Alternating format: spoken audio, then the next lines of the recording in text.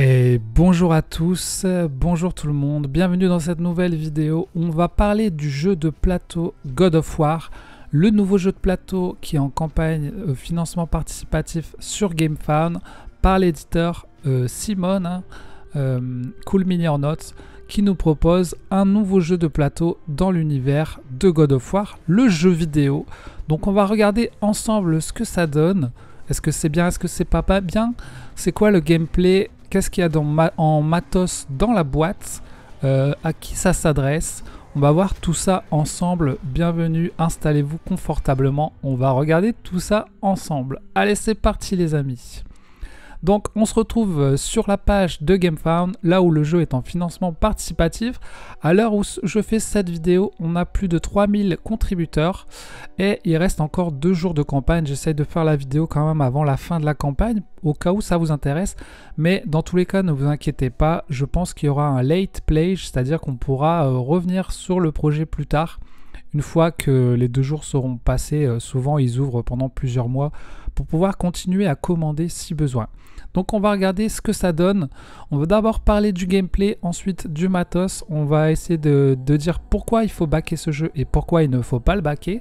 Je vous donnerai mon avis et aussi je vous parlerai d'autres jeux qui peuvent ressembler à celui-là en alternatif, si jamais vous le commandez pas. Donc God of War, moi c'est un jeu que j'aime beaucoup. À l'époque, je me souviens que j'avais commencé les premiers God of War. C'était sur les dieux grecs. Voilà, vous jouez Kratos dans l'univers grec. Et puis c'était assez gore, le Kratos il déchiquetait les ennemis, etc. Et un peu plus tard est sorti les God of War sur l'univers nordique, voilà, avec son fils, où là il est un peu en mode viking avec sa hache, etc. Donc voilà, il y a eu plusieurs jeux God of War. Donc c'est intéressant de voir ce qui va se passer dans ce board game. Donc là vous voyez qu'ils sont partis sur l'univers nordique des derniers God of War, mais vous allez voir qu'il y a aussi du matos de l'ancien univers, de l'univers grec, dans ce jeu.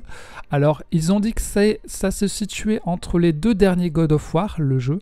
Donc c'est un jeu de 1 à 4 joueurs, mais attention, c'est surtout optimisé pour 1 joueur ou 2 joueurs. D'ailleurs je pense que 2 joueurs c'est le meilleur, c'est la meilleure façon de jouer à ce jeu. Et il y a quand même, c'est quand même jouable en solo.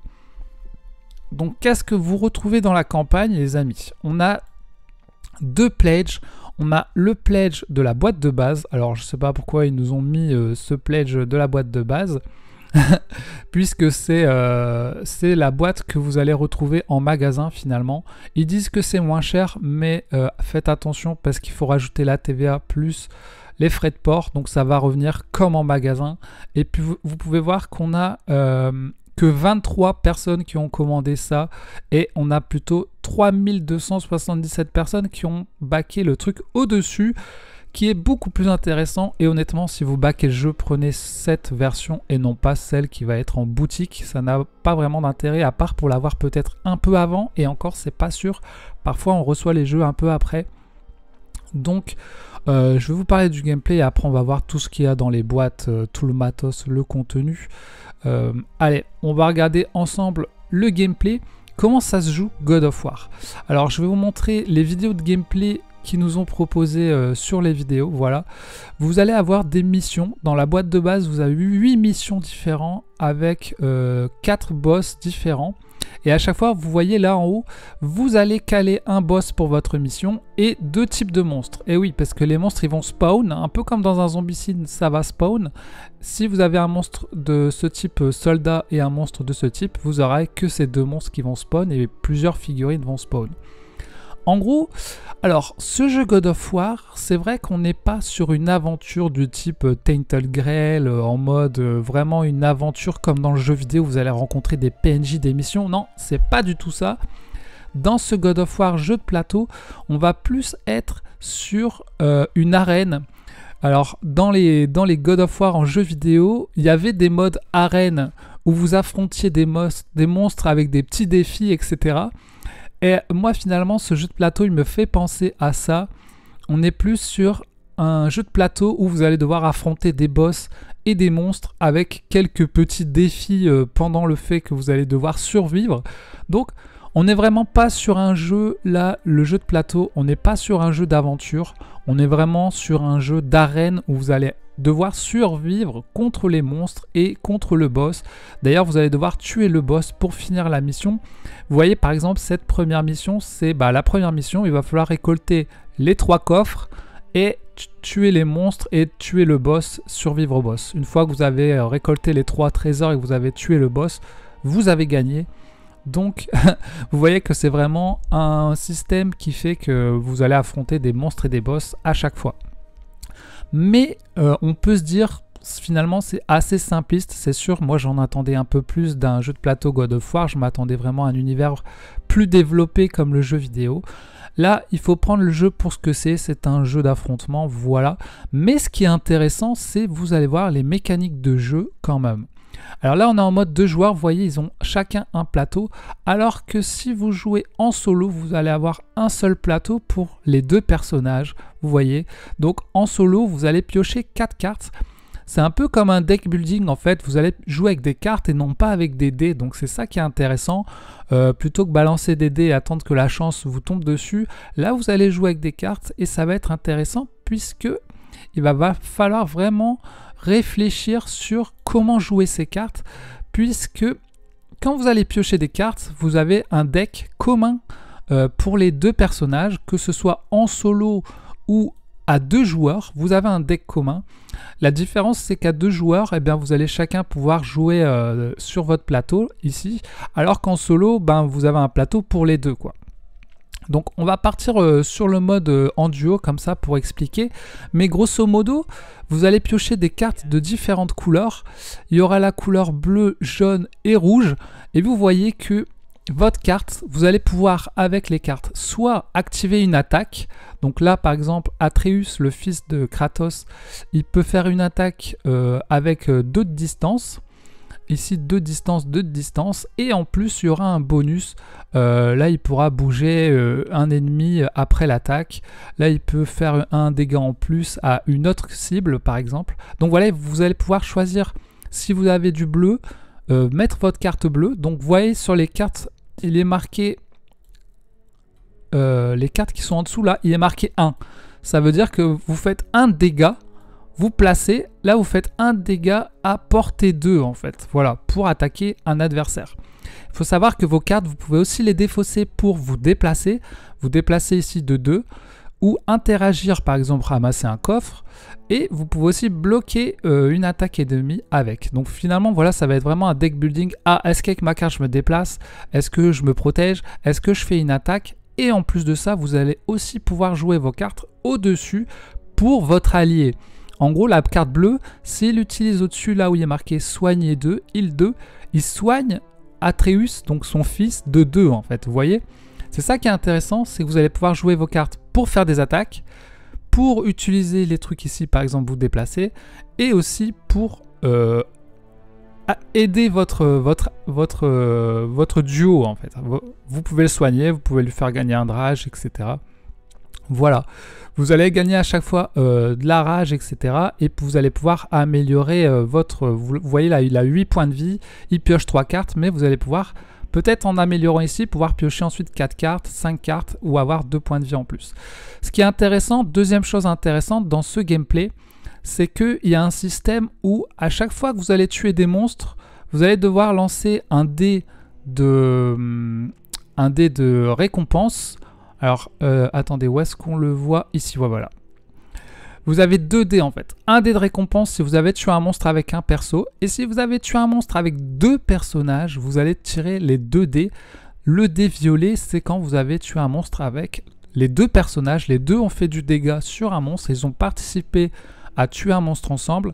Donc vous allez gagner 2 dés de récompense. Les dés vont vous donner de la rage pour gagner de nouvelles attaques. Ils vont vous faire gagner des vies ou ils vont vous faire augmenter sur la truc de synergie, vous voyez. Et sur la piste de synergie, vous allez gagner aussi des bonus. Vous allez gagner de nouvelles cartes. Vous allez pouvoir avoir une nouvelle compétence. Vous allez pouvoir voilà, améliorer vos skills, améliorer vos personnages. Donc c'est super important dans ce jeu d'être à 2 pour tuer les monstres. Voilà, pour gagner plus de récompenses pour s'améliorer au fur et à mesure. Et c'est en ce sens que je trouve le jeu est intéressant, c'est qu'il va falloir vraiment réfléchir à est-ce que j'utilise ma carte pour me déplacer, est-ce que je fais cette attaque là, et puis aussi en fonction des cartes que vous piochez finalement. Si vous piochez que des cartes bleues, vous n'aurez pas le choix de faire un truc qui sera bleu quoi. Donc voilà, vous allez mettre des dégâts sur les monstres ils vont pouvoir réapparaître, etc. Donc voilà à peu près au niveau du gameplay. Il faut savoir que là, on est au niveau des monstres. À chaque fois que c'est le tour des monstres, une fois que vous avez joué, les monstres ils jouent, vous allez piocher une carte ici à gauche qui va vous donner une couleur. Et une carte à droite qui va vous faire apparaître, enfin, il va vous dire par exemple, voilà ce monstre là on a le bleu, donc il faut faire ce qui est écrit en bleu ici. Donc là c'est, je crois, il doit apparaître par exemple, il peut aussi attaquer, etc. Donc en fait à chaque fois ça va être aléatoire, qui va jouer, est-ce que ça va être ce monstre là, un autre, est-ce que ça va être un truc du scénario qui va vous dire de faire quelque chose. Et en plus une couleur ici qui vous donnera un peu comme dans un Hero Realms, vous savez, où vous aviez des boss qui choisissaient une couleur et selon la couleur ils faisaient une attaque différente. Et bah là c'est un peu pareil, il y a des petites similitudes avec Hero Realms et avec Cthulhu Death May Die. Donc voilà, également là c'est la track de menace, effectivement à chaque tour ça va augmenter le temps. Et là vous arrivez ici, le monstre A peut jouer une fois en plus quand vous arrivez ici, et quand vous arrivez ici, le boss apparaît. Donc si au bout de 14 tours, là, ben, vous n'avez pas fini l'objectif, le boss apparaît et il vient vous défoncer. Donc il va falloir faire gaffe si vous êtes trop long à jouer. Donc ça peut être assez intéressant, mais attention, je pense que ça va être un jeu pas si facile. Je pense qu'il va falloir vraiment faire gaffe de ne pas mourir. Il y aura un petit côté survie quand même, hein, en mode si vous faites pas gaffe, vous pouvez assez vite mourir. Et puis voilà, vous jouez sur une tuile et vous voyez, il y a des traits sur les tuiles, ce qui veut dire que vous pouvez déplacer de case en case un trait. En gros, c'est une case quoi. Les cases sont vraiment petites, c'est dommage qu'il nous ait pas proposé des tuiles peut-être un peu plus grosses pour qu'on voit mieux. Ça fait un peu pitié, je trouve, pour un God of War qui est censé être épique, mais bon, on va se contenter de ça. Après, l'avantage c'est que c'est un jeu finalement qui est assez rapide à mettre en place. Vous voyez, première mission, vous avez 3 tuiles, vous avez vos trucs de personnages et voilà, vous allez avoir vos figurines, hop, tout simplement. Donc au niveau du gameplay, voilà, je pense que ça peut être un jeu très sympa à jouer à deux, avec un pote, avec son fils, voilà, on joue chacun un perso, on va devoir se dire ah, qu'est-ce que tu fais, tu viens m'aider, voilà, faut survivre, faut vraiment le prendre comme un jeu de survie et d'affrontement de monstres. Ça peut être sympa à deux. En solo peut-être un peu moins, mais je vous dirai mon avis plus tard. Donc voilà pour le gameplay. Je pense qu'on a fait un peu le tour du gameplay.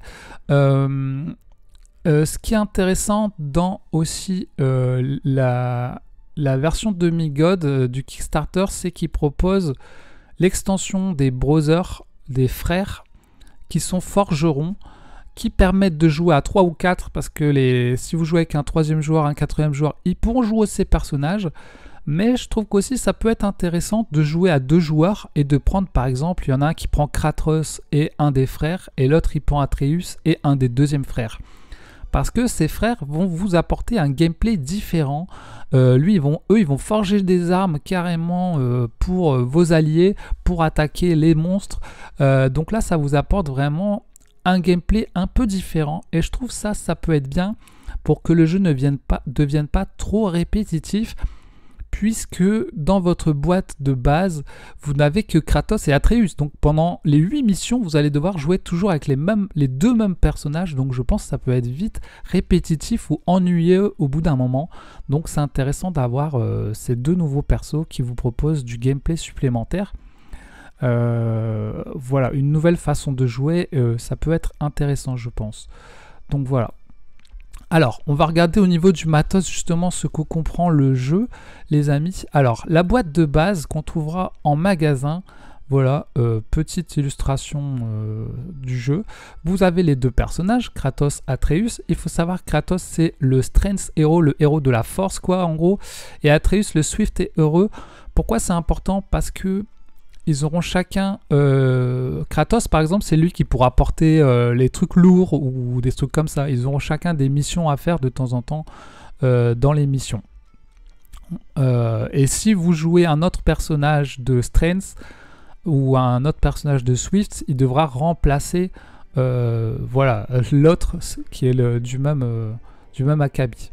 Donc vous gagnez, vous avez les 2 plateaux, vous avez les cartes pour jouer, vous avez les monstres. Alors dans la boîte de base, il y a 30 miniatures avec les cartes de référence de monstres, les cartes qu'il va falloir piocher. Vous avez 3 figurines Nightmare, 2 revenants, donc voilà, ça c'est les monstres, 2 sortes de loups-garous, 4 loups, 3 Tastel's Rooms, les Welsh marcheurs, on dirait les marcheurs dans, dans Game of Thrones, les Raiders Warriors, voilà les Raiders Scouts, et vous avez des boss, vous avez 4 boss dans la boîte de base, voilà, ils sont ici, avec l'ogre, le Raider Chef, vous avez... Alors les boss, ils ont chacun leur point de vie, etc. Hein, leur façon de jouer, ça c'est cool. Alors c'est bizarre parce qu'il y a, du coup, il y a 8 missions et il y a 4 boss. Ce qui veut dire que bon, bah, si vous pouvez faire 2 fois les boss par mission, quoi. Enfin, pour 2 missions, 2 fois le même boss, quoi.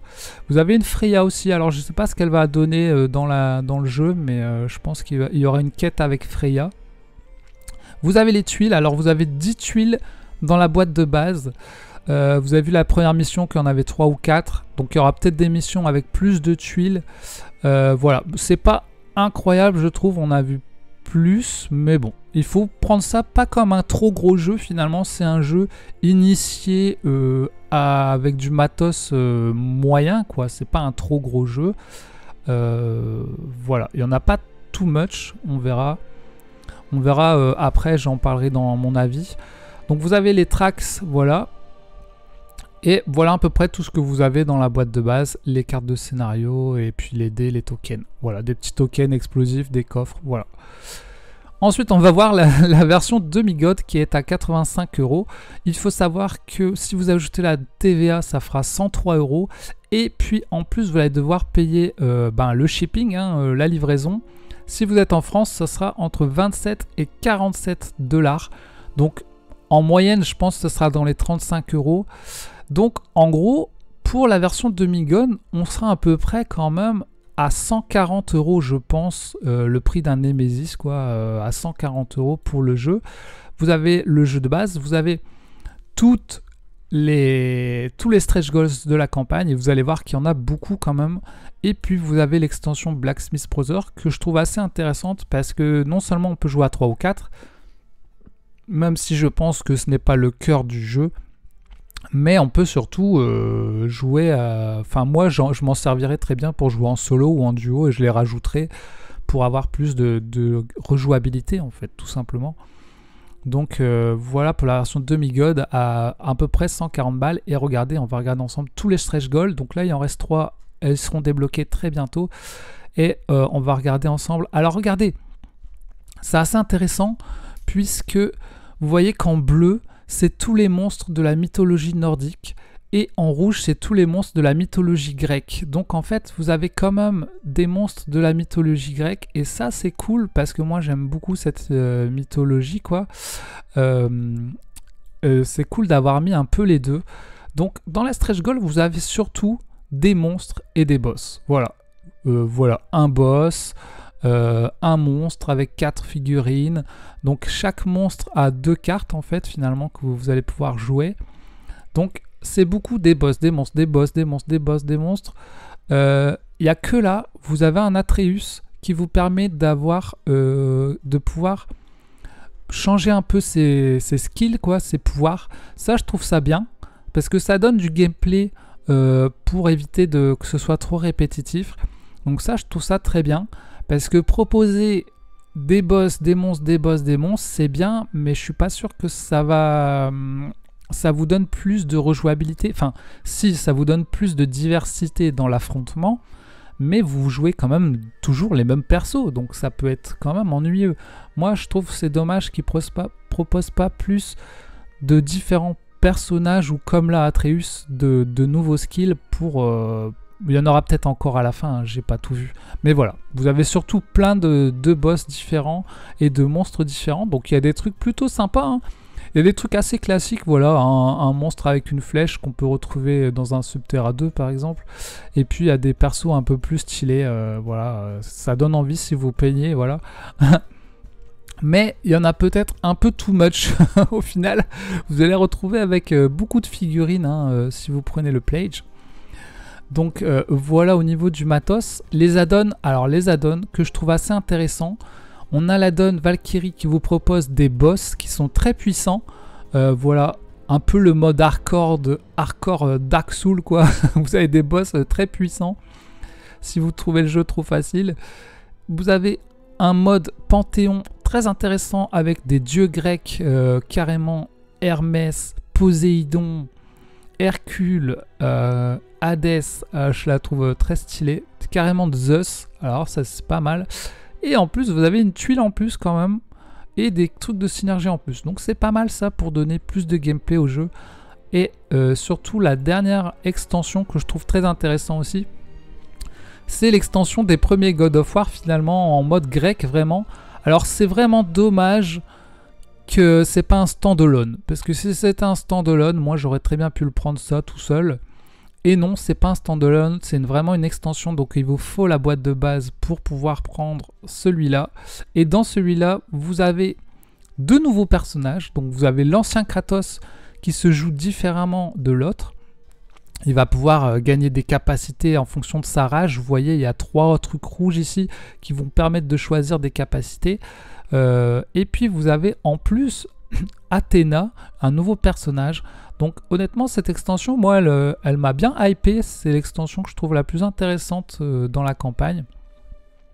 Vous avez en plus 2 autres miniatures pour des scénarios où je pense qu'il va falloir par exemple sauver Pandora du scénario avec des monstres voilà, qui viennent de la Grèce antique. Le fameux Minotaure par exemple. Et carrément les gorgons serpents là, dans les premiers God of War qui vous paralysaient avec la pierre, ça c'était trop cool. Donc voilà, et même la sœur de Médusa quoi, qui est ici. Voilà, donc avec différents boss, différents persos, ça c'est trop cool. Et avec des tuiles en plus, donc des nouveaux scénarios. Ça je trouve ça très intéressant. Donc voilà, vous avez à peu près tout sur le gameplay et le matos. Juste je tiens à vous dire que moi je ne suis pas payé, je n'ai pas reçu de prototype ni rien, je suis juste un joueur de jeux vidéo et de jeux de société. Comme la plupart de mes vidéos, je fais ça dans mon coin, voilà. Donc vous pouvez avoir confiance en ce que je dis. Après je vous dis en fonction de ce que je vois, je n'ai pas joué au jeu, j'ai regardé des vidéos de gameplay, comment ça se jouait. J'ai regardé ce qu'il y avait sur la toile, alors on va en parler dans mon avis un peu plus tard. D'abord je vais vous dire pourquoi backer le jeu et pourquoi ne pas le backer. Pourquoi backer le jeu? Je trouve ça intéressant, tout ce que vous avez dans la boîte. Vous avez quand même l'extension, celle-là, qui vous donne plus de rejouabilité. Et puis vous avez vu que vous avez beaucoup de stretch goals. Donc pour 140 €, vous avez un bon gros contenu quand même.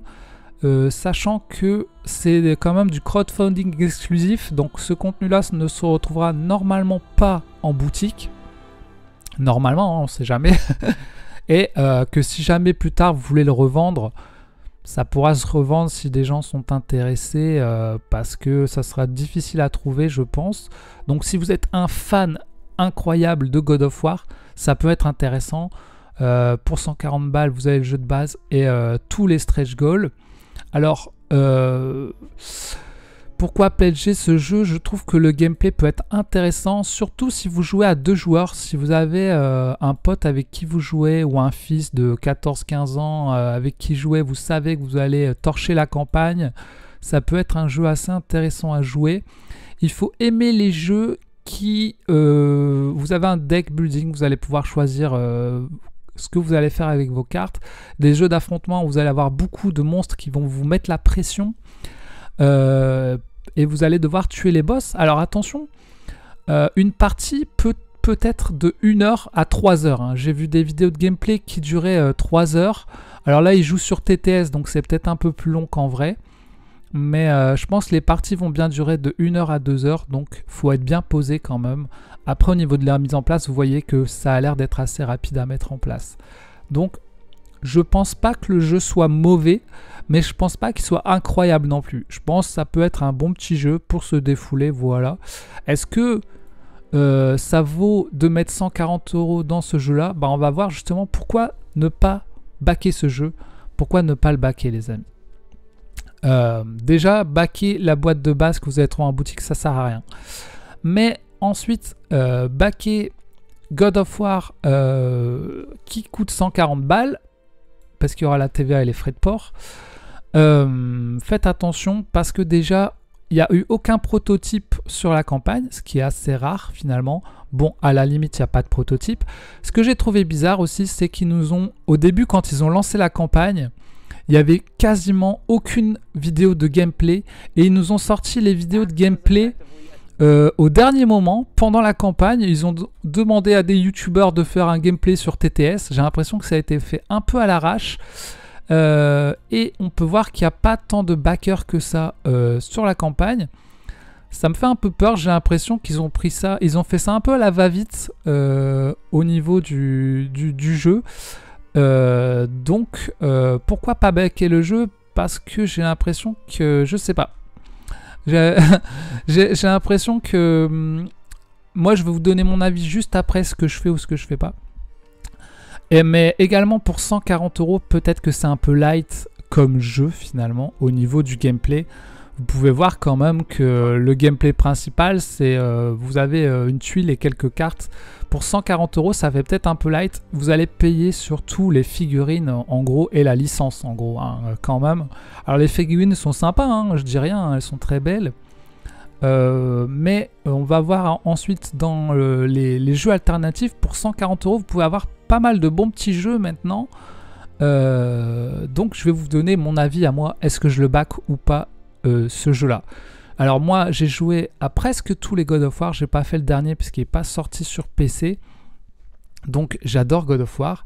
J'attendais ce jeu avec impatience. Et je m'attendais à un jeu beaucoup plus épique, en mode un peu Mage Knight ou Tainted Grail, avec une aventure, pouvoir explorer, rencontrer des PNJ, etc. Et là, c'est pas du tout ça, j'étais un peu déçu. Là, on est vraiment sur un jeu d'affrontement arena survie. Bon, ok. Une fois que j'ai compris que c'était ça, je me suis dit ouais, pourquoi pas à la limite, mais mettre 140 balles dans un jeu d'affrontement de boss, moi ça me fait un peu mal, donc non, je ne backerai pas le jeu. J'ai pas eu le coup de cœur, je back plutôt les jeux où j'ai un coup de cœur.